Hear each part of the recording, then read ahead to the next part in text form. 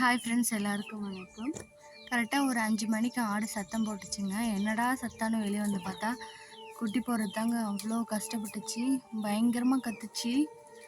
இப்போ அழகாக ஒரு குட்டி போட்டிருக்கு பாருங்கள். இது வந்து பொட்டை குட்டி தான்,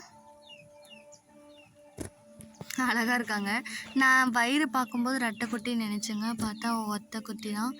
இது ரொம்ப தடிமனாக இருக்கிறதுனால வெளி வரத்துக்கு அவ்வளோ கஷ்டப்பட்டுச்சுங்க. கிட்ட போய் பார்க்கலாம். ஹாய், என் வீட்டு புது வரவு.